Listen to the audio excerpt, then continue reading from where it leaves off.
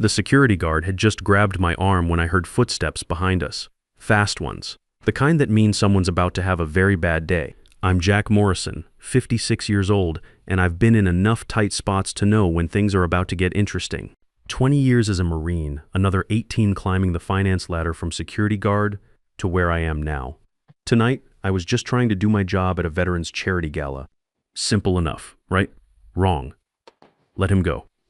Now, the voice belonged to Daniel Pierce, Aurora Defense Technologies head of investor relations, former Navy guy. You can always tell we carry ourselves differently. The guard's grip loosened like he'd touched a live wire. The woman who'd been giving me grief, Victoria Ashford, the CEO's wife, crossed her arms and gave Daniel a look that could freeze coffee. "He's sitting at the wrong table," she said. "Cold as January in Chicago. We're handling this appropriately." Daniel didn't let her finish.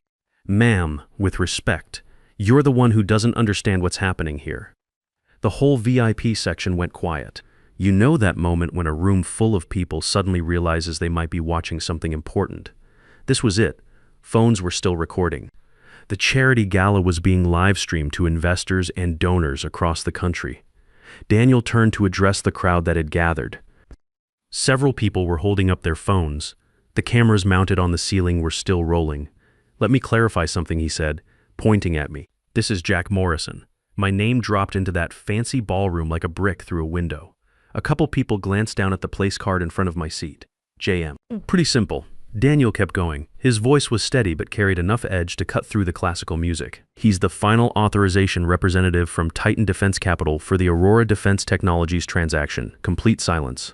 Someone at the next table slowly lowered their phone. Daniel took a step closer to Victoria. In simpler terms, he said, "He's the person who has to sign off on releasing the $3.2 billion in capital funding."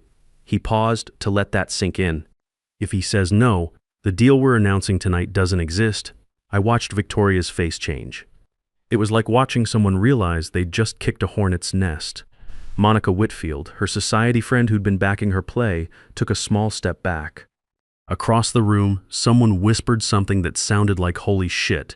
I adjusted my collar pin, old habit from the Corps, and looked directly at Victoria. Kept my voice level. "Ma'am, I tried to tell you. You're making a significant tactical error." Nobody laughed. Not Victoria, not Monica, not anyone with a phone pointed our way. For the first time since this whole thing started, everyone in that ballroom understood that the guy they'd just tried to remove from table 3 was the one person standing between Aurora Defense Technologies and $3.2 billion. The music was still playing somewhere in the background, but nobody was listening anymore. The air around our table felt thick enough to cut with a knife. That's when Adrian Ashford showed up. "What's the situation here?" he asked, walking into the VIP section with the kind of confidence that comes from running a major defense contractor. He was probably expecting to glad hand some investors before giving his speech about supporting our veterans. Instead, he found his wife standing next to a VIP table, looking like she'd swallowed something sour, Monica unusually quiet. 2 security guards backing away from me like I had the plague. Daniel Pierce and the company's legal counsel standing in the crowd with expressions that meant this problem had just become very expensive. And phones. Lots of phones, all still recording. Adrian stopped walking. "Can someone explain what just happened?" The silence stretched long enough for those live stream cameras to capture every second of it. Finally, Daniel spoke up.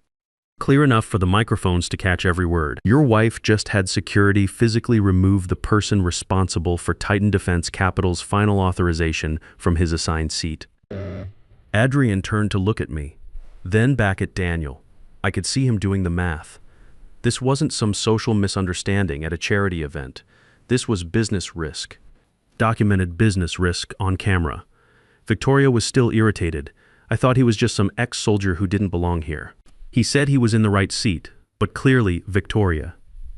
Adrian's voice wasn't loud, but it cut her off like a blade. He didn't look at her again. Instead, he focused on me. "Mr. Morrison," he said carefully, "I believe there's been a misunderstanding." I didn't respond immediately. Just stood there, feeling the weight of 18 years in this business. 20 years before that teaching me about respect and chain of command. Adrian was shifting into damage control mode, the mode CEOs use when billions are suddenly at risk. "Perhaps we should discuss this privately." Monica jumped in, forcing a smile that looked painful. Exactly. This is just a small mix-up. Naomi Fletcher, Aurora's general counsel, stepped forward. Her voice was quiet, but it landed like a warning shot. This was recorded. Adrian's eyes moved across the ceiling cameras, then across all the phones still filming from every angle, live stream, archived footage, a room full of witnesses. I straightened my collar pin again. I know, I said calmly. Adrian looked at me longer this time, long enough to understand something his wife still hadn't figured out. What had just happened wasn't simply bad behavior at a party. It was documented conduct. The kind that lawyers write clauses about, the kind investors remember, the kind that can quietly destroy a $3.2 billion deal before the dessert course. After a few minutes of damage control attempts at the VIP table, Daniel suggested we move to the hotel's executive conference room, quieter space, away from the cameras and the crowd. The door closed behind us. 4 people sat across from me at a mahogany table that probably cost more than most people's cars. Adrian Ashford, Daniel Pierce, Naomi Fletcher, Paul Rodriguez, Aurora's CFO, Victoria and Monica weren't invited. The door had closed on them like a line being drawn between social theater and serious business. Nobody spoke for a moment. The silence in that room felt heavier than artillery fire. Adrian finally broke it. Mr. Morrison, this was a misunderstanding. Wrong word choice. Misunderstandings don't usually involve security guards and public confrontations. Naomi wasn't looking at him, neither was I. Misunderstandings don't generally require physical intervention, I said. Adrian looked down at the table. He was searching for words that wouldn't make this worse. My wife believed that you were. He stopped there. Whatever word he'd been about to use would have sounded even worse out loud. I didn't help him finish. Instead, I asked a different question. Was tonight's event being live-streamed to your investor base? Silence again, Naomi answered. Yes. She opened a folder in front of her. Internal cameras are recording for our archives. Portions are being broadcast live to our investor and donor networks. She glanced at Adrian before continuing. All footage is permanently archived. I nodded. Then I brought up something that seemed to be remembered clearly only by me. In the investment agreement between Aurora Defense Technologies and Titan Defense Capital, I said, turning a page in my folder, there's a section called the character fitness provision. Paul frowned. He remembered the clause. Probably figured it would never matter. I continued. That provision states that any conduct by senior leadership or affiliated representatives that materially damages the reputation or character fitness of the transaction during the agreement period may trigger the fund's right to immediate capital withdrawal. Nobody moved. Paul slowly reached for his copy of the agreement. His finger found a section about halfway down page 14, section 18, he said quietly. Naomi leaned closer. Her expression changed as she read the language again. It doesn't require intent, she said. Only documented conduct that reflects on character fitness standards. Adrian's eyes moved between them. Are you saying Naomi cut him off? I'm saying the incident that just occurred downstairs qualifies as documentation under federal character fitness requirements for defense contractors. The room got even quieter. Adrian leaned back slowly. His mind was running through the chain of consequences. His wife, who held major shares in the company. Security acting under company authority, a public confrontation with a military veteran at a veterans charity event. Dozens of cameras recording every second. What had happened at table 3 wasn't just a moment of social rudeness anymore. It was evidence. Evidence that could trigger character fitness reviews for their government contracts. I closed my folder. This provision exists for exactly these situations. Paul looked down at the agreement again. Naomi stared at the ceiling like she was watching the whole scene replay in her head. Adrian sat very still. Finally, he understood the critical point. The deal hadn't been canceled. Not yet. But right now, it was balanced on the edge of a cliff that led straight down to a $3.2 billion loss and potential government contract reviews.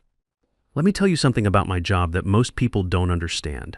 I'm not the kind of person who shows up on magazine covers or gives speeches at conferences. My name doesn't appear in press releases. Most deals, I'm not even in the room when hands get shaken and photos get taken. My job isn't to be seen.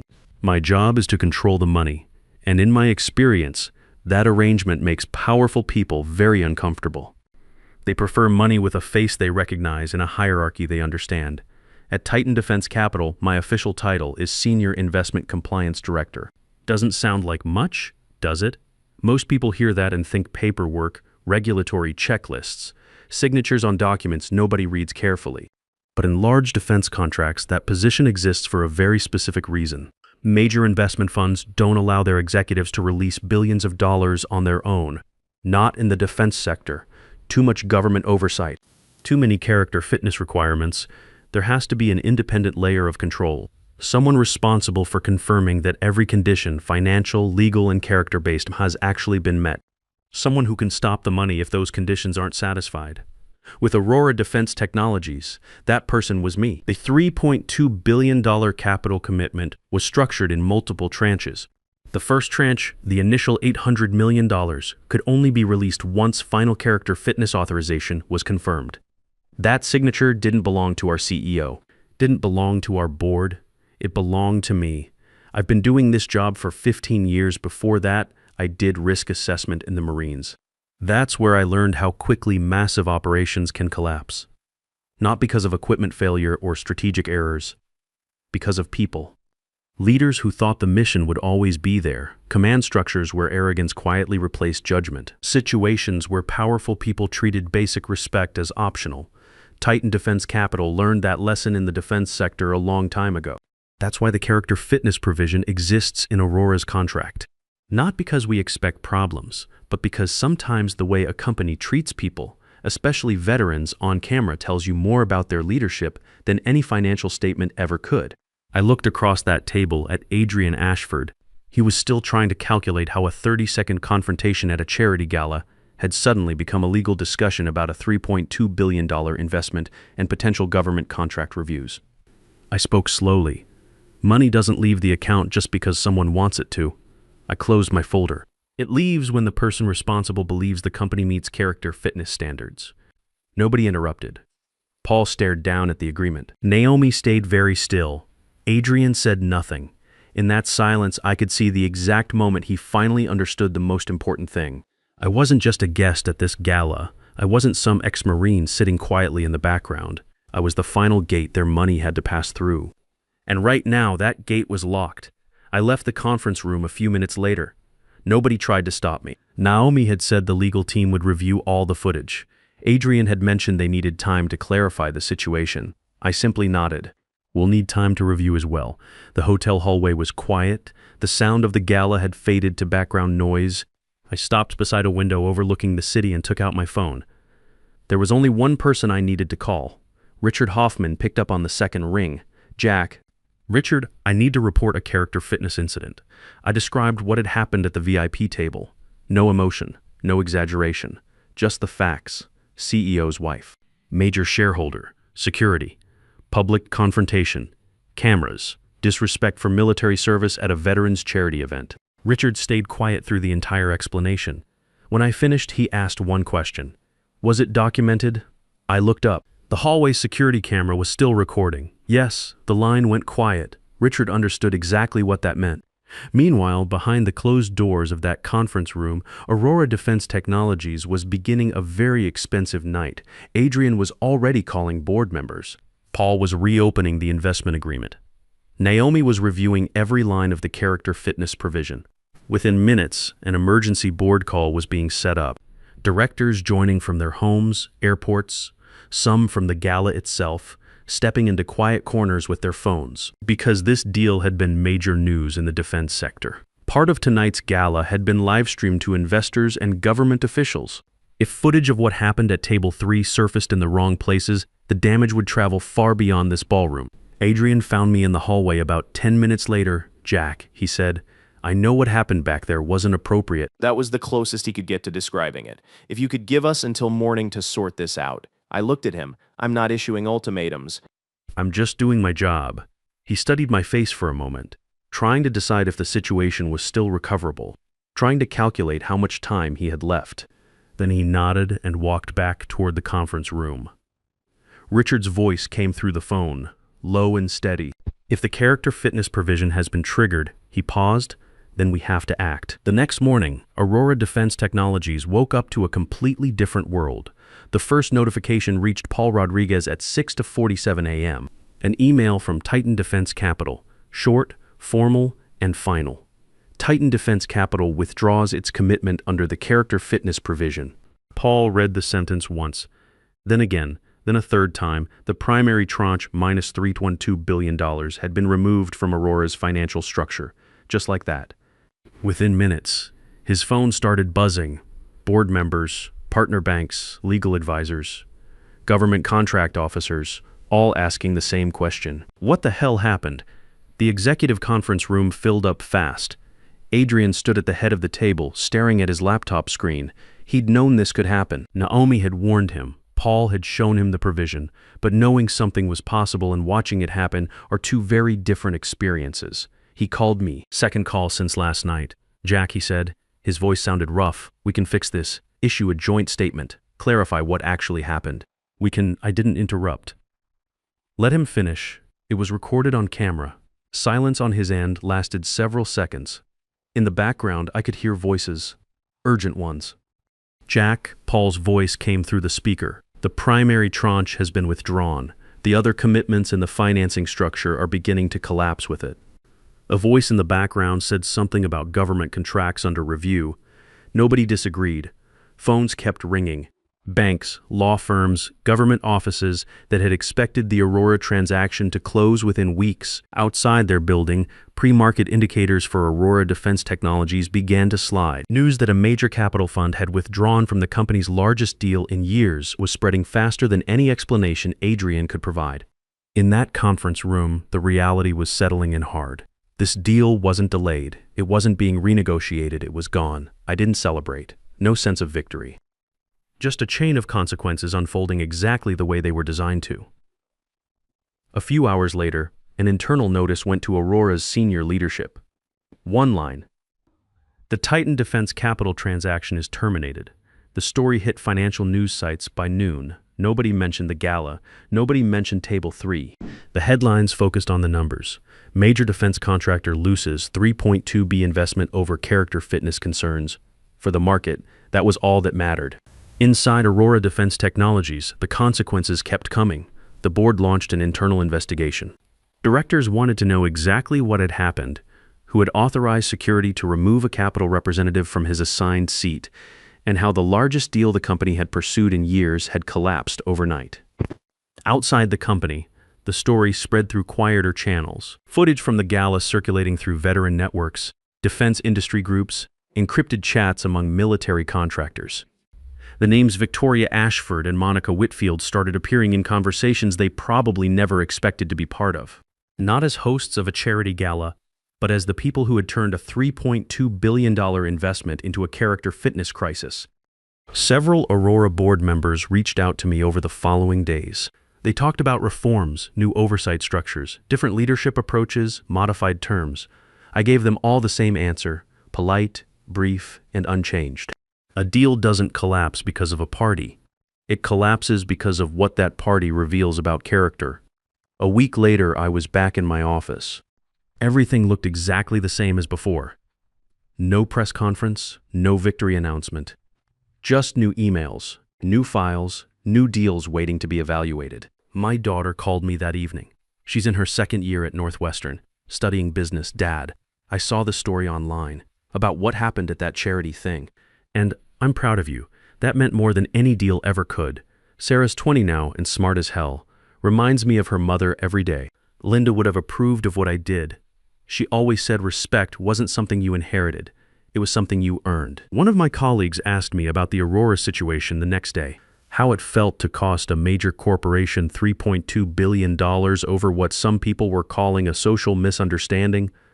I shrugged. People think power always walks into a room with a title and a business card. Sometimes it sits quietly at the end of the table and waits to see how people behave. I closed the file in front of me. Because in this business, respect isn't a courtesy, it's a requirement. The fallout from Aurora continued for months. Stock price dropped 38% in the first week. The Defense Department launched a character fitness review of their government contracts. 3 board members resigned within 2 weeks. Victoria Ashford stepped down from her positions on several charity boards. Monica Whitfield found herself quietly disinvited from the social circles she'd worked so hard to join. Turns out, people in high society don't like being associated with someone who cost their husbands billions of dollars. But the most interesting development came 6 weeks later. I was reviewing a new proposal when Richard walked into my office. "Jack, we've got something unusual." He placed a folder on my desk. "Baxter Industrial wants us to evaluate their acquisition target. Defense contractor out of Georgia. They specifically requested you handle the character fitness review." I opened the folder. The company name was familiar. I'd heard good things about their leadership. They mentioned the Aurora situation. Richard continued, said they want someone who actually enforces standards. Over the next few months, 3 more companies made similar requests. Word travels fast in the defense sector. Apparently, there are executives who prefer working with someone who takes character fitness seriously over someone who rubber stamps deals. My reputation in the industry changed. Before Aurora, I was the quiet guy who handled compliance paperwork. After Aurora, I became the guy who actually meant business when it came to standards. The irony wasn't lost on me. Victoria Ashford's attempt to put me in my place had actually elevated my standing in the industry. Her husband's company lost $3.2 billion, but my career got a significant boost. I started getting invitations to speak at defense industry conferences. Character fitness in federal contracting, compliance as competitive advantage. Topics I never thought I'd be presenting to rooms full of executives. But I turned most of them down. My job isn't to be famous, it's to do the work. About 3 months after the Aurora incident, I ran into Daniel Pierce at Reagan National Airport. He was catching a flight to Seattle for a new job. Apparently his reputation had taken a hit for not preventing the Gala disaster. "Jack," he said, walking over to where I was sitting, "I wanted to thank you." That surprised me. Thank me for handling that night professionally. A lot of people would have made it personal. You kept it business. We talked for a few minutes before his flight was called. He mentioned that Adrian Ashford had stepped down as CEO the previous month. The board decided they needed fresh leadership after the character fitness controversy. I felt bad for Daniel. Good man caught in a bad situation. But that's how these things work. When character fitness becomes an issue, it affects everyone in the chain of command. 6 months later, Aurora Defense Technologies was acquired by a larger contractor at a significant discount. The character fitness issues had permanently damaged their ability to compete for major government contracts. Sometimes the market decides consequences before the lawyers do. I kept working, kept evaluating deals, kept enforcing standards that some people think don't matter until they suddenly do. The defense industry is smaller than people realize. Word gets around. Executives talk, and apparently the word about me was that I'm someone who actually cares about the standards we're supposed to uphold. My daughter graduated summa cum laude last spring. Business degree, like her old man. She's starting at a consulting firm in Chicago this fall. During her graduation dinner, she brought up the Aurora story again. "Dad, do you ever regret what you did? I mean, a lot of people lost their jobs." I thought about that for a moment. "Sarah, in the Marines, we had a saying, standards you walk past are standards you accept. If I had let that slide, what would that say about every other standard we're supposed to enforce?" She nodded. Smart kid, gets it. Besides, I added, those people didn't lose their jobs because I enforced a contract provision. They lost their jobs because their leadership failed a basic character fitness test. The veteran community followed the Aurora story closely. Several Marine buddies reached out after it hit the news. Most of them weren't surprised that I'd held my ground. They knew me from the old days. But they were surprised that a civilian company had paid such a steep price for disrespecting military service. Guess the business world has standards after all. One of them said, "Some do, some don't. My job is to figure out which is which." These days, when I walk into a room for a deal evaluation, the atmosphere is different. More respectful, more careful. Word has gotten around that the quiet guy from Titan Defense Capital actually has teeth. That's fine by me. Respect shouldn't be something you have to demand. But if you do have to demand it, you better be prepared to back it up. Stories like this tend to travel quietly through the defense industry. People hear them, argue about them, and eventually ask the same question. At what exact moment did the deal actually die? Was it when the security guard grabbed my arm? When the cameras kept recording? When nobody at that table thought to stop it before it went too far? I know the answer. It died the moment Victoria Ashford decided that a 56-year-old Marine veteran didn't deserve basic respect at a veterans charity gala. The seat at table 3 that night was just a chair, but the way they took it cost them $3.2 billion. Sometimes the most expensive lessons are the simplest ones. I'd like to hear what you think about this story. At what point do you think Aurora Defense Technologies crossed the line? Was it the initial confrontation, the security involvement, or something else entirely? And in your own workplace or business dealings, have you ever seen respect and character standards actually enforced when it counted? Your thoughts and experiences matter. They help all of us understand where the real lines are drawn in professional relationships. Drop a comment and let me know, because at the end of the day, we all have to decide what standards we're willing to walk past and what standards we're willing to defend.